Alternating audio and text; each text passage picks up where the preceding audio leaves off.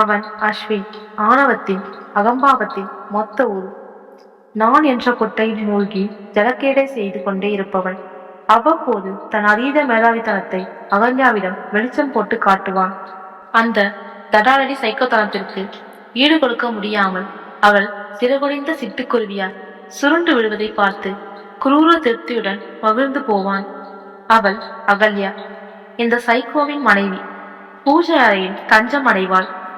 அங்கே மேடையில் சுவர்விட்டு எரியும் வெள்ளி விளக்கின் முன் உட்கார்ந்து தன்னுள் சீர்பிடித்து போன ரணங்களை ஆற்றிக்கொள்ளும் முயற்சியில் மனதை கடந்த காலத்து சிந்தனை ஆற்றின் முகல் காலத்திற்கு இழுத்துச் சென்று ஆறுதல் அடைய முயற்சிப்பாள். இதை தவிர பாவம் அவளுக்கு வேறு வழியே இல்லை. கடந்த காலத்து சிந்தனையின் உல்லாச ஊஞ்சலாட்டத்திற்கு பின் நிஜங்களுக்கு திரும்பி கண்களை திறந்தால் அங்கே அந்த வெள்ளி விளக்கு சிவப்பாக மாறியிருக்கும். ஐயோ, இதென்ன விபரீதம் என்று அலறுவாள். பெண்ணே, ஏன் வீணாக அலறுகிறாய்? உன் மன ஓட்டத்தின் கலப்படம், இரத்த கலரியாய் கலப்படம். அதன் பிரதிபலிப்பு தான் இந்த சுடரின் சிவப்பு நிறம். புரிகிறதா என்று அவளுள் சின்னதாய் ஒரு இடி முழங்கும். தன் இயலாமையின் அவலத்தை எண்ணி மனம் குமுறுவாள். அஸ்வினுக்கு பார்ட்டி டின்னர் என்றால் அவளை அழைத்து போக வேண்டிய நிலை. ஆபீஸில் நம்பர் 1 அதிகாரி ஆயிற்றே. மனைவி இல்லாமல் போனால் எப்படி? அவள் எத்தனை கவனமாக ட்ரெஸ் செய்து கொண்டாலும் அதை பற்றி 1000 கமெண்ட் அடிப்பான். படு மூர்க்கமாக லெக்சரை செய்வான். லுக்கியர் அகல்யா, உனக்கு துணியோ ட்ரெஸ் சென்ஸே இல்லை. ஒரு சோஷியல் கேதரிங் என்ன பேசணும், எப்படி பேசணும் என்பதெல்லாம் உனக்கு புரியாத புதிர். உன் ஆங்கில புலமை இருக்கே, அதை கேட்க 2 காதுகள் போதாது. ஒருவரின் லாபம் மற்றவரின் நஷ்டம் என்பது என் விஷயத்தில் எத்தனை உண்மை பார்த்தியா? அதல பாதாளத்தில் இருக்கும் உனக்கு வான் உச்சில் இருக்கும் நான் ஜோடி. உன் அப்பன் எந்த பேங்கை கொள்ளையடிச்சானோ, எங்க கள்ள நோட்டு அடிச்சானோ அதெல்லாம் எனக்கு தெரியாது. என் அசட்டு அப்பா அம்மாவிற்கு பணத்தாசை காட்டி என்னை வளைத்து விட்டான் அந்த படுபாவி. விளைவு இப்போ நான் அதல பாதாளத்தில், நீ ஆகாசத்தின் கூரையில். நினைக்க நினைக்க வயிறு எரிகிறது. என்னையும் விட படிப்பில் அந்தஸ்தில் எல்லாம் கீழ்ப்படியில் உள்ளோருக்கெல்லாம் எப்பேற்பட்ட மனைவிகள்! என் அசிஸ்டன்ட் சங்கரின் மனைவி உலக அழகி போட்டியில் கலந்து கொண்டால் மிஸ் யூனிவர்ஸ் பட்டத்தை அனாயாசமாக தட்டி கொண்டு வருவாள். என் அக்கௌண்டன்ட் வினோத்தின் மனைவி உலக அரங்கில் பேச்சு போட்டியில் கலந்து கொண்டாள். கென்னடியும், ஏன் அந்த வின்சென்ட் சர்ச்சிலுமே கூட அசந்து போகும் அளவு அத்தனை அழகான நயமான சலங்கை ஒளியான ஆங்கில புலமை. எங்கிருந்து வருகிறது இந்த வீணையின் ராகம்? குயில் எப்படி இங்கே வந்து கூவுகிறது என்று அரங்கத்தையே அசர அடித்துவிடும் குரல் வளம். என் டைபிஸ்ட் ஷில்பா குல்கர்னிக்கு, மை காட், இவனுங்கெல்லாம் எங்கிருந்து இப்படி கோகினூர்களை தட்டி பறித்து வந்தனரோ தெரியவில்லை. பூஜ்யத்தை மணக்க நான் மட்டும் என்ன பாவம் செய்தேன்? இப்படித்தான் பார்ட்டி டின்னர்களுக்கு போகும் வழியெல்லாம் அவன் பேச்சில் நாக சர்ப்பங்கள் படமெடுத்து ஆடும். உண்மையை சொல்ல வேண்டுமானால் அகல்யா AM லிட்ரேச்சர் கோல்ட் மெடலிஸ்டும் கூட, இன்கம் டாக்ஸ் அசஸியும் கூடத்தான். இவள் அப்பா டாக்டர் கோபியின் சிபாரிசில் வேலை வாங்கி கொண்டான் அஸ்வின். அவர் உதவியால் ஒரே அடியாக உத்தியோகம் மேல் படிப்பில் ஏறி உட்கார்ந்து கொண்டு அவரை கஜானாவை ஒத்துமொட்டமாக காலி பண்ணி தன் கணக்கில் சேர்த்து கொண்டு, இப்ப என்ன ஒரு தலாலடி பேச்சு! தன்னை தட்டி கேட்க டாக்டர் கோபி உயிரோடு இல்லை என்ற தைரியம். அவன் பக்கமும் பெற்றோர் இல்லை. இருந்தால் மட்டும் தங்கள் பிள்ளைக்கு எதிராக கூடாரம் போட்டு விடுவாரா என்ன? வெளியில் மட்டுமல்ல, வீட்டிலும் அவளுக்கு எதிராக ஒரு யுனைட் அமைத்து கொண்டான். அகல்யா 10 மாதம் சுமந்து பெற்ற அவளின் 18 வயது பெண்ணும் சரி, 16 வயது பையனும் சரி, இருவரும் அப்பாவின் கட்சி. அவர்கள் எதிரிலேயே இவளை மட்டப்படுத்தி பேசி பேசியே அவர்களை முழுவதுமாக பிரெயின் வாஷ் செய்து தன் பக்கம் இழுத்துவிட்ட பெருமை இவரின் மற்றொரு achievement. Hey darling, what does your mummy know? She knows nothing என்பான். உடனே யா டேட் என்று ஜெமினி இரட்டையராய் ஸ்ருதி சுத்தமாக குரல் ஊதும். இந்த சிறுமையை எந்த தாயால் தான் பொறுத்து கொள்ள முடியும்? அவள் மனம் நொந்து தொய்ந்து போகும் நேரங்களில் அவளுள் ஒரு சிறு நட்சத்திரம் தோன்றி மறையும். என் இனியவனே, உனக்கு நான் செய்துவிட்ட துரோகத்தின் விளைவுதான் இப்படி என் வாழ்க்கை சீரழிந்து கிடக்கிறது. இந்த நரகத்திலிருந்து நான் எப்படி மீள்வேன் என்று கதறி துடிப்பாள். 20 வருடங்களுக்கு முன் ஒரு நாள் கண்களில் ஏகமாக பாசத்தையும் ஏக்கத்தையும் தேக்கிக் கொண்டு, ஏண்டி அகல்யா, நீயும் உன் அப்பா கட்சியா? என்னை உதறிவிட முடிவு பண்ணிட்டாயா? குறுக்கே நிற்க மாட்டேன். நான் கண்ணியமாக ஒதுங்கிடுறேன். ஆனா ஒண்ணு மட்டும் சத்தியம், உன்னை இத்தனை வருஷமா ஏத்தி வச்சு ஆராதித்த என் நெஞ்சில இனி யாருக்குமே இடமில்லை. என் கடைசி மூச்சு அகல்யா என்று இழுத்து விட்டுதான் இருக்கும்.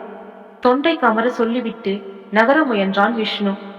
விஷ்ணு, நாம் 2 பேரும் இணையம்னா அதுக்கு ஒரே வழி, ஓசைப்படாமல் நாம் ஓடி போவதுதான் என்றாள். பதறினான் அந்த நேர்மையின் சின்னம். என்ன அகல்யா, நீ இப்படியெல்லாம் பேசலாமா? விதிதான் உன் அப்பாவை மனசாட்சியை நொண்டியாக்கி விட்டதென்றால் உன்னையும் கூடவா அந்த விதி சீண்டுகிறது? கனவில் கூட உன் பெற்றோருக்கு தலைகுணவை ஏற்படுத்தி விடாதே. மனசை தேர்த்திக்கொடா. All the best. அவன் சென்று விட்டான். இத்தனை வருடங்களாக விஷ்ணுதான் என் மாப்பிள்ளை என்று கொட்டி முழங்கிக் கொண்டிருந்த அவள் அப்பா டாக்டர் கோபி தன் டிராக்கை மாற்றிக்கொண்டார். ஏன், விஷ்ணுவின் அப்பாவும் அகல்யாவின் அப்பாவும் பால்ய நண்பர்கள்.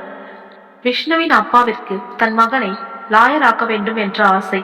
ஆனால் டாக்டர் கோபி, என்னடா ரங்கா இது, என் நர்சிங் ஹோமை யார் பார்த்துக் கொள்வதாம்? என் மாப்பிள்ளை டாக்டருக்கு தான் படிக்கணும் என்று அடித்து சொல்லி விஷ்ணுவை மெடிக்கல் காலேஜில் சேர்த்து விட்டார். விஷ்ணு மெடிக்கல் காலேஜில் சேர்ந்து 3 வருடங்கள் ஓடிவிட்டன. கோபி, உன் இஷ்டப்படி விஷ்ணுவை மெடிக்கல்ல சேர்த்துட்ட. இன்னும் எதுக்குடா இவர்கள் கல்யாணத்தை ஒத்தி போடணும்? இந்த வருஷமே கல்யாணத்தை முடிச்சிடலாம்டா என்றார். படிப்பு முடிச்சதுக்கு அப்புறம் தான் கல்யாணம். அப்புறம் மேல் படிப்புக்கு லண்டனுக்கு அனுப்ப போறேன். இதுல எந்தவித மாற்றமும் இல்லை அடித்து பேசினார் டாக்டர் கோபி. ரங்கா மௌனியானார். ரங்காவிற்கு உள்மனதில் ஏதோ ஒரு தேவ ஒளி கேட்டிருக்க வேண்டும். இல்லையெனில் அடுத்து வந்து 2 நாட்களிலும் மறுபடியும், கோபி, எனக்கு என்னன்னே தெரியலடா. என்னுள்ளே ஒரே குழப்பம். திடீரென்று என்னுள்ளே ஒரே வக்கிர ஓட்டங்கள். என் பிள்ளையின் கல்யாணத்தை முடிச்சிட்டேன்னா என் கடமையை முடிச்ச திருப்தி இருக்கும்டா. இடைவெட்டினார் கோபி. உன் பல்லவிய ஆரம்பிச்சிட்டியா? நான் சொன்னதுதான். பெண் பிள்ளை இருவருமே அவரவர்கள் படிப்பு முடிந்ததும் தான் கல்யாணம். No more arguments. கோபி, நான் சொல்றேன்னு தப்பா எடுத்துக்காத. எதிர்காலத்துல நீ வார்த்தை மாறிட மாட்டியே. பாம்பாய் சீறினார் ரங்கா. ஏண்டா, ஒன்னும் முளைத்த அந்த வக்கர ஓட்டம் இதுதானா? யார பார்த்து என்ன வார்த்தை கேட்கிற நீ? கோபியின் உஷ்ணத்தை கண்டு ஜகா வாங்கி விட்டார் ரங்கா. அடுத்த வாரம் திடீரென ரங்கா இறந்துவிட அவருடைய நயவஞ்சக கூட்டாளிகள் அவரின் அளப்பற்ற சொத்துக்களை தங்களுக்குள் பங்கு போட்டுக்கொண்டு தங்கள் கடன்களையும் சேர்த்து இவர் கணக்கில் எழுதிவிட்டனர். டாக்டர் கோபி மட்டும் இவர்களுக்கு சளைத்தவரா என்ன? இனி இந்த விஷ்ணு பயல் ஒரு அன்னக்காவடி. இவனை நம்பி நான் எப்படி என் பொண்ணை கொடுப்பது? இவன் கடன் அனைத்தையும் அடைத்து இவன் படிப்பு செலவு முழுவதையும் ஏற்று, இதெல்லாம் சுத்த அனாவசிய வேலை. நைஸாக இந்த பயலையும் இவன் அம்மாவையும் கட் பண்ணி விட்டுட்டு வேற ஒரு நல்ல மாப்பிள்ளையை தேட வேண்டியதுதான் என்று ஒரு மெகா திட்டத்தை மனதில் தீட்டிக் கொண்டார். ஆனால் டாக்டரின் மனைவிக்கு இதில் சிறிதும் உடன்பாடு இல்லை. என்ன அக்கிரமம் இது?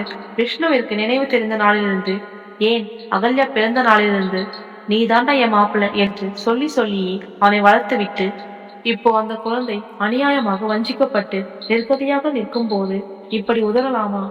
அவனை மேற்கொண்டு படிக்க வையுங்கள். படிப்பு முடிந்ததும் அகல்யாவை அவனுக்கு மனமுடித்து வைக்கலாம் என்று எத்தனையோ முறை மன்றாடியும் அவர் மசியவில்லை. ஆனால் பாவம் விஷ்ணுவிற்கும் அவன் அம்மாவிற்கும் அவரிடம் அபார நம்பிக்கை. டாக்டர், முகூர்த்தம் எப்போ வச்சுக்கலாம் என்று அவன் அம்மா கேட்டபோது டக்கென்று, மீனா, அவன் ஜாதகத்தை அனுப்பி வை என்று சொல்லி ஜாதகம் வந்ததும், ஐயையோ, ஜாதகம் கொஞ்சம் கூட பொருத்தவே இல்லையே என்று அடித்து சொல்லி அம்மாவையும் பிள்ளையையும் அண்டார்டிகா ஐஸ்பெர்கில் புதைத்து விட்டார் டாக்டர் கோபி என்ற குள்ளநரி. உடனே இந்த அஸ்வின் என்ற மிருகத்தை தேடி பிடித்து வந்து அதற்கு தன் பெண்ணை பலிகடாவாக்கி விட்டார். அகல்யாவின் மனதும் அவ்வப்போது சின்னதாக அலைகள் எழும்பும். எப்படியாவது விஷ்ணுவை மீட் பண்ணணும். நானும் என் அப்பாவும் உங்களுக்கு எழுத்துவிட்ட அநீதிக்கு தெய்வம் நிறையவே கூலி கொடுத்து விட்டது என்று மனம் விட்டு அவர் காலனில் விழுந்து கதறணும். ஆனால் அவரை எங்கே என்று தேடுவது? விஷ்ணு, என் இனியவனே, உன்னோடு உன் மனைவியாக வாழாமல் இந்த அசுரனுடன் என்னை ஏன் விதி இணைத்தது? உன்னை மணந்திருந்தால் உன்னை போன்ற உத்தமமான 2 பொற்சிலைகளுக்கு அம்மாவாகி இருப்பேன். நீங்கள் மூவருமாக சேர்ந்து உங்களது அன்பு வழியில் என்னை குளிப்பாட்டி தாளாட்டி மகிழ்வித்திருப்பீர்கள். பாவம், இப்படித்தான் மிக இனிமையான கற்பனைகளில் உறைந்து போய் தன்னை முழுமையாக தொலைத்துக் கொள்வாள். ஆனாலும் சில சமயங்களில், ஓய் அகல்யா, உனக்கு என்ன ஆயிற்று? 20 வருஷமா ஒருத்தரோட வாழ்ந்து கொண்டு மனசால மற்றவர்களுடன் சோரம் போகலாமா? அப்படி செய்தால் இதுவும் கூட ஒரு வகையில் சிவப்பு விளக்கு பத்தினித்தனம்தான் என்று மிக மெல்லியசாய் ஒரு கோபக்குரல் அவளுள் எழும்பும். அன்று அவள் முற்றிலும் எதிர்பாராத சந்தர்ப்பத்தில், இடத்தில் அதோ அவளின் விஷ்ணு, அந்த பழைய அழகும் கம்பீரமும் துளியும் மாறவில்லை. ஆனாலும் அந்த பெரிய அருள் பொழியும் கண்களில் இப்போது முற்றிலுமாய் சோக ரேகைகள். விஷ்ணுவும் இவளை இனம் கண்டுவிட்டான். ஏய் ஏய், நீ அகல்யா தானே? இந்த நேரத்தில் பீச்சில் தனியாக உட்கார்ந்து என்னமா செய்யற? உன்னவர் உன் குழந்தைகள் எங்கம்மா? ஆர்வமும் அன்பும் வழிந்தோட கேள்வி மேல் கேள்விகள். தான் தவசித்திருந்தவனை சந்தித்து விட்ட அதிர்ச்சியிலிருந்து மீண்டு படபடப்பை அடக்கி பதில் சொல்ல அவளுக்கு சில நிமிடங்கள் தேவைப்பட்டன. ஏன் விஷ்ணு, நீங்கள் கேட்கும் அதே கேள்விகளை நானும் உங்களிடம் கேட்கலாமா? உங்களவள் எங்கே? உங்கள் குழந்தைகள் எங்கே? சொல்லட்டுமா? ஒரே வார்த்தையில் சொல்லிவிடவா? உன்னை தவிர வேறு எந்த பெண்ணையும் ஏற்றுக்கொள்ள மாட்டேன் என்று உன்னிடம் சத்தியம் செய்தேன். அப்புறம் என் அம்மாவிற்காக, அவளின் வற்புறுத்தலுக்காக ஒருத்தியை மணந்து கொண்டேன். அந்த ஒருத்தி என் குழந்தைகள் இரண்டையும் தன் கட்சியில் சேர்த்து கொண்டு என்னை ரணமாக்கி வருகிறாள். நான் தப்பு கணக்கு போட்டு இவளை உன் தலையில் கட்டிட்டேன். என்னை மன்னிச்சுக்கோடா என்று சொல்லிக்கொண்டே அம்மா கண்ணை மூடிட்டாள். உண்மையை சொல்லணும்னா என் இதயத்தில் ஒரு சின்ன பசுமையாக நீதான் இருக்கிறாய். அன்று தைரியமாக ஒரு ஆண்மகனாக உன் அப்பாவுடன் சண்டை போட்டு உன்னை என்னவளாக்கி கொள்ள தவறியதன் விளைவு, நேசமானவளுக்கு செய்து கொடுத்த சத்தியத்தை மீறியதன் விளைவு. இதோ ஒரு நடைபிணமாய் உளறி வருகிறேன். எப்படியாவது உன்னை ஒரு நாள் சந்திக்கணும் என்ற ஆவல் என்னுள் மின்மினித்துக் கொண்டே இருந்தது. இப்போ அது நிறைவேறிச்சு. உன்னை பார்த்த பின் என் மனசு எத்தனை லேசாக, எத்தனை பரவசமாக இருக்கு தெரியுமா? பிளீஸ், என்னிடம் மறைக்காமல் உண்மையை சொல்லுமா? எத்தனை வருஷங்களில் நீ எப்போதாவது என்னை பற்றி கொஞ்சமேனும் நினைத்ததுண்டா? Please tell me the truth. நினைப்பதா? உன் நினைவில் தானே வாழ்ந்து கொண்டிருக்கிறேன். நென்றி குழியோடு நின்றுவிட்டன வார்த்தைகள். வெகு நேரத்துக்கு பின் விஷ்ணு விடை பெற்றான். இப்போது அவள் மனம் தெளிவடைந்து விட்டது. கனத்த இதயத்துடன், பாட்டு மிருகங்களுடன் ஒரு போலியான வாழ்வு வாழ்வதை விட நிறைந்த மனதுடன், ஒரு நேர்மையானுடன் ஒரு நிஜ வாழ்வை தொடர வேண்டும் என்று தீர்மானித்து விட்டாள். இப்போதெல்லாம் அவள் கண்மூடி தியானிக்கும் போது அவளும் அந்த சிவப்பு விளக்கு தோன்றுவதில்லை. ஏனெனில் இப்போதெல்லாம் பூஜை அறையில் மிக நிஜமான உரிமையுடன் அவள் பக்கத்தில் அமர்ந்து அவளுடன் தியானத்தில் மூழ்கி இருப்பவன் அவளின் விஷ்ணு.